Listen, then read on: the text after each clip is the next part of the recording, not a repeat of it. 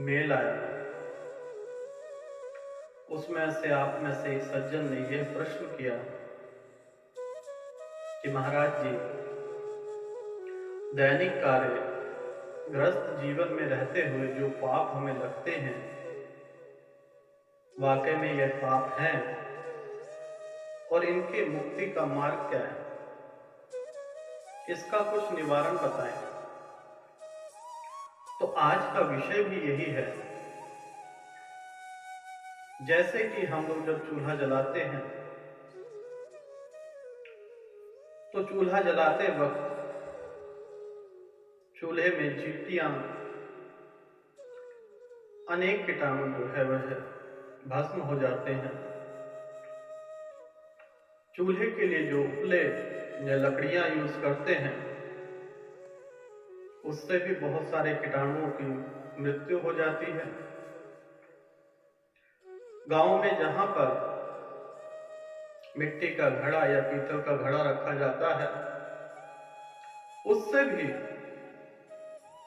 जीव जंतु जो है मर जाते हैं।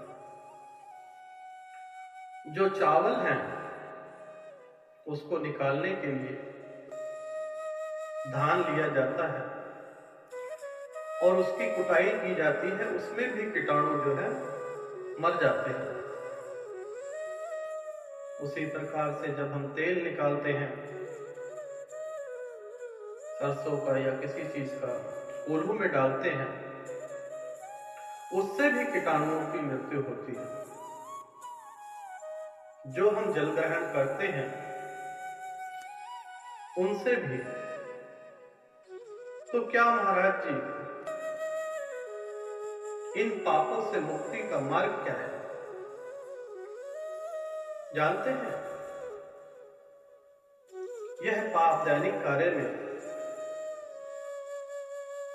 अगर हम लोग पूर्णमासी के दिन यज्ञ करके और जितना अनाज हम उगाते हैं उसका 10% निकाल दें और महीने में एक बार पूर्णमासी के दिन पंचभूत महायज्ञ करें, तो यह पाप हमें नहीं लगेगा।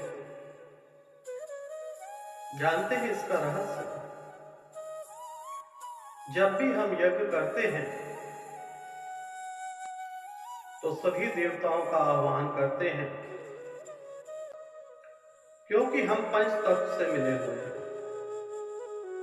हमारा शरीर जो है वह पंच तत्व से मिला हुआ है। धरती, जल, आकाश, वायु और अग्नि। और इन्हीं के देवता पंच महाभूत यज्ञ में आते हैं और उनको हम समर्पण कर देते हैं कि हे प्रभु,